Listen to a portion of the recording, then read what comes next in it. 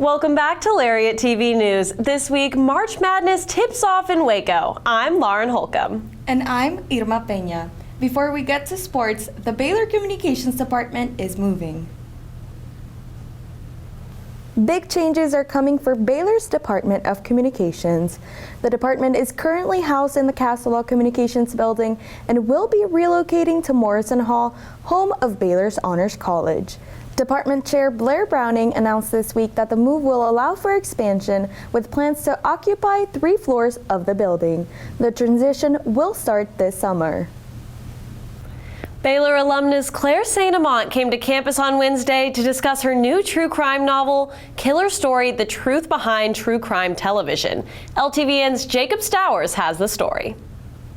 Claire St. Amant shared how her Baylor experience helped her work up to being behind the scenes at one of the world's most prolific true crime broadcasts. Getting the real lab experience of making a paper, making a TV show. This is what you will do for your job for various companies, and you get to do it as a student and learn on the job and practice everything, in real time with the same stakes. St. Amant is always on the hunt for a new story from a different perspective, and her new book, Killer Story, was no different. No one has ever written a memoir like this before. There are lots of journalists who write memoirs about their job, but they've never gone into the actual newsroom for a network true crime television show. The story that made St. Amant an overnight sensation holds a special place in her heart. That was the story of Michelle Williams. And for me, the lesson there is to always, dig deeper, because this was a woman with a plea deal. This was a so-called case closed. And, because I was an investigative journalist and I dug into it, the story completely changed. She no longer had a plea deal. She went to trial for murder and she ended up with a 60-year sentence. And so it's really important to keep in mind that your reporting can make a difference. She hopes that aspiring journalists will understand the importance of taking risks to pursue the truth. Young journalists that read it, that they are inspired to carve out their own career in whatever corner of journalism that, appeals to them, because it's not an easy job, but I still think it's the best job in the world. For Lariat TV News, I'm Jacob Stowers. The Downtown Farmers Market is not only on Saturdays anymore. Starting this week, the Downtown Farmers Market is now open on Wednesday nights. From 5 to 8 p.m., vendors and food trucks are lining Bridge Street in East Waco to offer the same Saturday market. Complete with live music and yard games, this now adds increased accessibility for not only Wacoans, but students as well. I'm a big farmers market girl, but Saturdays are my really sacred day to sleep in as a student. So I'm really excited that I have an opportunity to go with my friends during the week.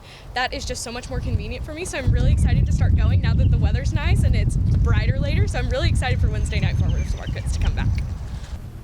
The sun has been out and about this week, which means the Pullen Family Marina is officially open for the season.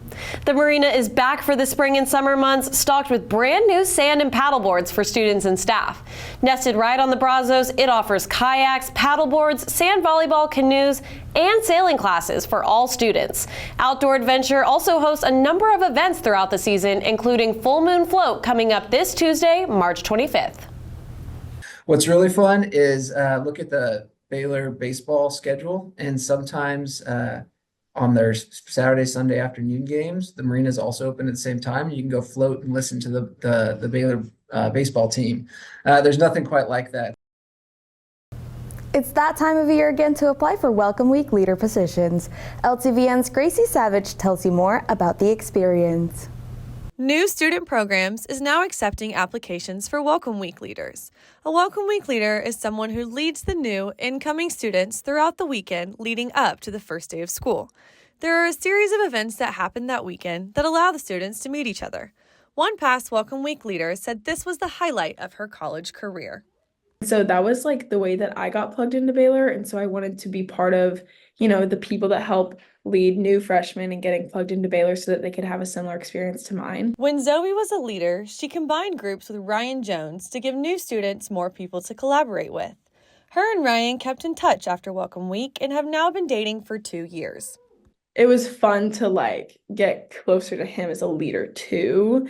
And then we obviously started dating, and now we've been dating for almost 2.5 years. So that's a cool thing that came out of it. Zoe said that she encourages anyone who wants to apply to just go for it. It's an awesome experience. You meet so many new students, and it's a great resume builder. It's great for leadership experience and everything like that. And so if you're thinking about applying, definitely do it. For more information, visit nsp.web.baylor.edu. For Lariat TV News, I'm Gracie Savage. For the last week, the Baylor community has been mourning the loss of campus mascot Judge Sue Sloan, also known as Lady. Students, faculty, and caregivers find comfort in knowing she reunited with her sister Joy, who passed in 2022. 23-year-old Lady was known as the Miracle Bear to the Baylor community as she overcame health obstacles toward the end of her life. President Linda Livingstone said some of her treatments were the first ever to be conducted on a bear and added 5 years to her life. Both Lady and Joy were the longest bear residents in Baylor history and will continue to be symbols of Baylor. Coming up, a look back at spring break mission trips. And a new smoothie shop has hit the sub. Next. I'll never get used to this. I'll never get used to this. This is how I wanna live. Forever we'll be singing like, oh, I'll never get used to this.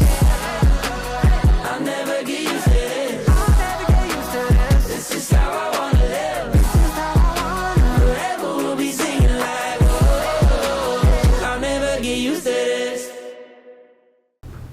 Baylor Student Foundation will host the annual Bearathon and Sikkim 6K on March 29th, starting at 7 and 8 a.m. at McLean Stadium and throughout campus.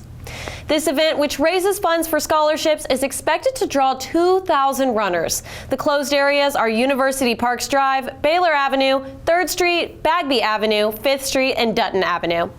The race is open to the public and welcomes participants of all levels to join in the annual Baylor tradition. It's a great way to just have fun with your friends or with your family or really anyone you know, and just enjoy a day of Waco. It's a pretty cool opportunity to be able to run a half marathon on your campus and through your city.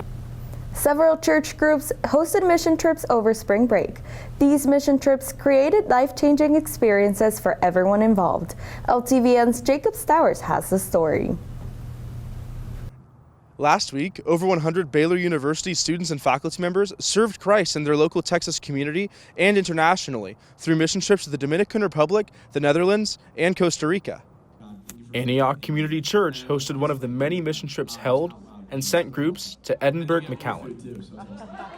We had 3 days where we evangelized, and it was really fun. We would go. For the first day, we went and we told people about Jesus in the Edinburgh McAllen Mall, and it was wonderful. Harris Creek also hosted a mission trip, and one student said she found that God's love is for everyone. I think my one expectation going into the trip was that I would just get shown more of who God is, in a sense. And I think one of the biggest things that I got shown was the abundance of the joy and love that God has for us. And that was shown through the people there, and especially the kids that we worked with. Through these mission trips, students experienced life-changing events, and Megan Malloy says that she found a renewed faith through others. It's I got to meet God again by watching other people meet him for the first time. For Lariat TV News, I'm Jacob Stowers. Every semester, you can participate to bring the restaurant you like to the Student Union building. Irma Pena has the scoop. You may have seen how this spot is always changing at the sub. Student Choice Taste of Waco is the reason why. It is a revolving concept, which means that we can bring in local businesses from the Waco community to highlight and take over that location. And the idea of it is to really connect the students with the community. Baylor Eats reviews feedback from students to decide which local food place should be featured next. Last year we had our survey, over 2,000 responses. One of the questions was, what cuisine do you want to see more on campus? Overwhelming students were asking for smoothies. And we said, okay, they want smoothies, let's bring them smoothies. So that is the kind of thing that we love to do, is to hear the feedback, hear the requests, and then make it happen. To be able to give many companies a chance, there are 2 businesses showcased, each having one half of the semester. So it's a huge opportunity for us. First of all, you're on campus where you meet a lot of freshmen who maybe don't have cars. They're not able to go travel to your off-campus location. This is just an opportunity for them to not only be introduced to your product, but maybe fall in love with your product. If you're interested in bringing a new restaurant closer to you for the fall semester, registration for Baylor Eats focus groups is now open on their website. For Lariat TV News, I'm Irma Peña. With Baylor's tuition increasing, many students are concerned about affording college and paying off financial debts. Last month, the Board of Regents finalized plans to increase the rate by $2,255 starting this fall.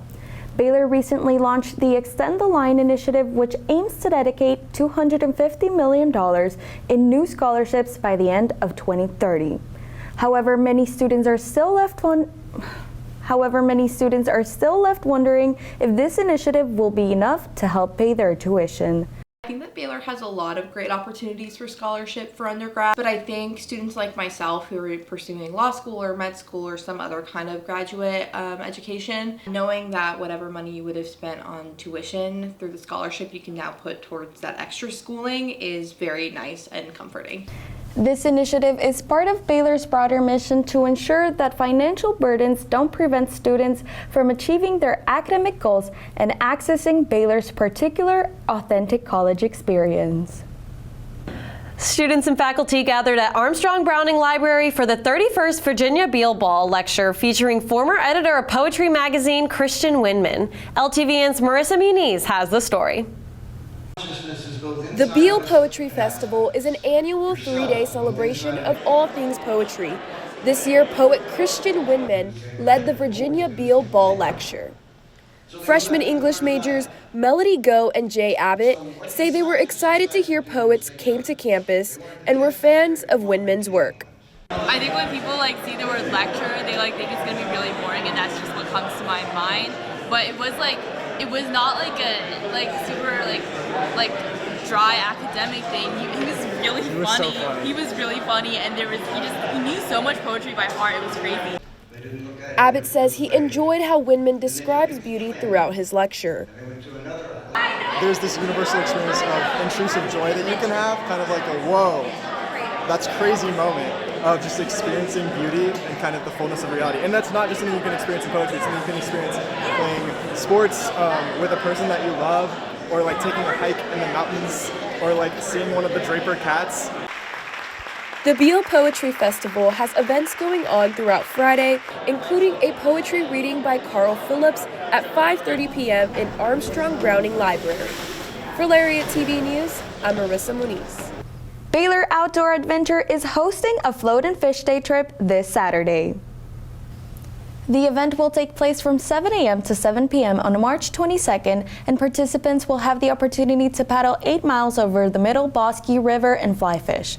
Sign-ups are on myrec.baylor.edu, and the cost is $50, and they're inviting anyone to join. We talked with a member of Baylor Outdoor Adventure who said this event is one of his favorites. Well, we've got some great student guides. These trips are all student-led, so we've got some great guides that have been fly fishing for years and are really great at teaching and showing you the ropes. In sports, we feature a former Baylor football legend. And it's tournament time in Waco. Stay tuned. Let there be light. Let there be roommates and teammates and strangers who become family. Let there be marching and cheering. Let there be challenging courses and time to share. Scholarship and championships. Let there be groundbreaking and soul-searching. Let there be laughter. Let there be joy. Let there be light. Over the weekend, one Baylor athlete hit a milestone accomplishment. Claire Marie Scott tells you how Alexis Brown took green and gold to a whole new level.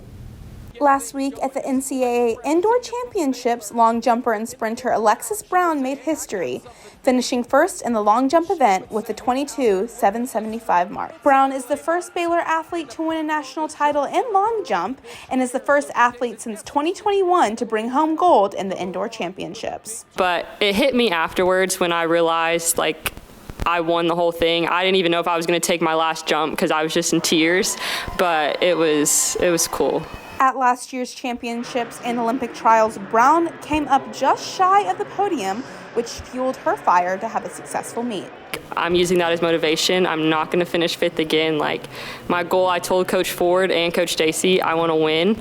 And so I was working and making sure I did all those steps to make sure I brought home that win. The jump tied for fourth in D1 meet history, and she broke her own Baylor record twice throughout the meet. She put a lot of pressure on those young ladies, but the thing was, when I looked at it later, I felt like she was going to win regardless, just because she had been the most consistent jumper all season.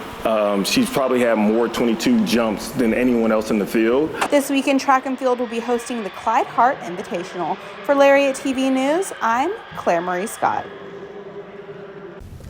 From star for the Bears to being a star for the Houston Texans, Braden Murray brings an LTVN exclusive interview with Jalen Petrie. This past season, Baylor football alumnus Jalen Petrie was Houston Texans nominee for the Walter Payton Man of the Year award, the NFL's top award for philanthropic work in the community. It was a great honor. I think one of the biggest honors I've ever received in my lifetime. You know, it was something that I was kind of caught by surprise with. I felt like I had no idea that I was going to be chosen. And I think it just goes back to the work that not only that I put in for the community, but the people that helped me as well, and the people around me that motivate me and do things that make me want to help out others. Petrie is recognized for his Feed 5 More program with Kids Meals, a Houston-based nonprofit that delivers free meals to young children. Recently, Jalen, his brother Jarek, and his father Rick started the Petrie Boys Foundation. Oh man, I was so excited because just seeing all the other guys that won it before him, like Dak Prescott, players like that, it's just to be in that conversation with those guys is big. And just knowing that his mission that he has, just want to be in a community, no matter how big you are, he always want to help people out. Jalen was a part of the 2021 Big 12 and Sugar Bowl championship team and was named the Big 12's Defensive Player of the Year, as well as being the first team All-American. I think I was, quote-unquote, just the guy that received the awards, but I feel like those were more team awards because we had a great team those years, and I was just one of the guys that was on the field most of the time. So I definitely enjoyed playing with that team and had a lot of fun. Jalen was picked by the Texans, his hometown team, in the second round of the 2022 NFL Draft. I was just more so worried about just whenever my name was called, just going there and putting in the work and, learning as much as I could. But it was crazy that God drew it up that way for me to come back to the crib and go home to where I was from and play for a team that I grew up watching. Jalen expects Baylor to do well next season. He's hoping to make it to a few spring practices.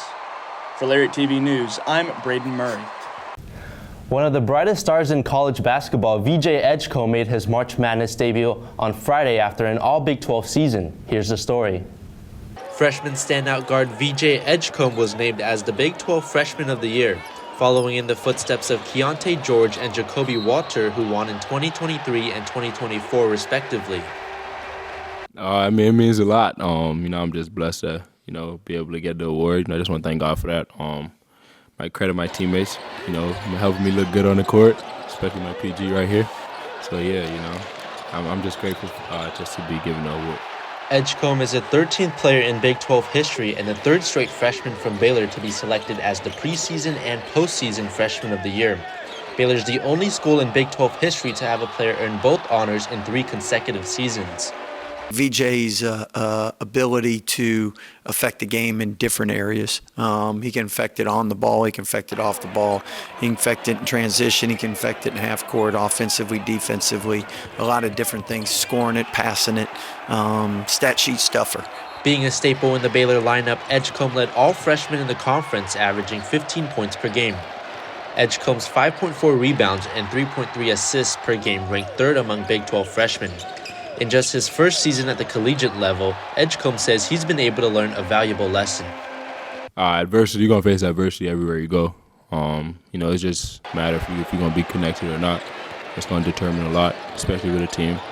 Every team's going to have highs and lows, but, just staying grounded and staying humble the whole time, I feel that's going to help you a lot. So that's what I really learned. And just, getting to play with other guys with special talent. Baylor next takes on Mississippi State in the first round of the NCAA tournament. Tip-off is set for 11:15 a.m. in Raleigh, North Carolina, and fans can watch on CBS. For Lariat TV News, I'm Aiden Pham.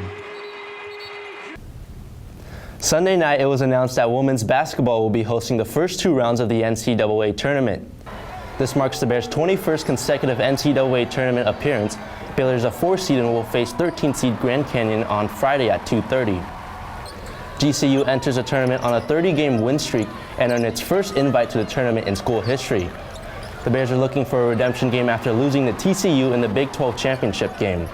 Despite being a high seed, Baylor is still determined to take it one game at a time.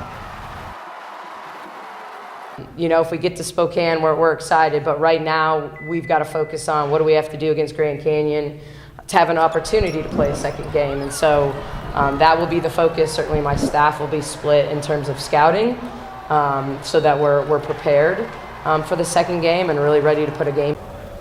A win for Baylor means they'll take on the winner of Ball State Ole Miss on Sunday. Baylor baseball continues Big 12 play with a 3-game series at home against Kansas State. Coming off a dominant 19-3 win over Texas State Tuesday, the Bears come into the weekend at 15-5 overall and 1-2 in Big 12 play. Kansas State defeated Tarleton State 7-6 Wednesday night to improve to 13-7.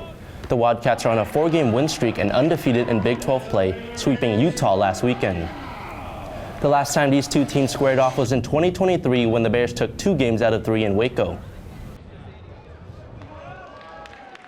K-State's a talented team. They've played a really good schedule, maybe the best non-conference schedule of anybody in our conference. They've obviously got a really good record right now. Their 3 starting pitchers are all left-handers, so it's going to be 3 lefties against 3 lefties, which is really unusual. I don't know if I've ever seen that before. First pitch is 6:30 p.m. Friday at Baylor Ballpark with games 2 and 3 on Saturday and Sunday. And that wraps up Sports Bat. As March Madness continues, we'll keep you updated on the Bears. Back to you, ladies.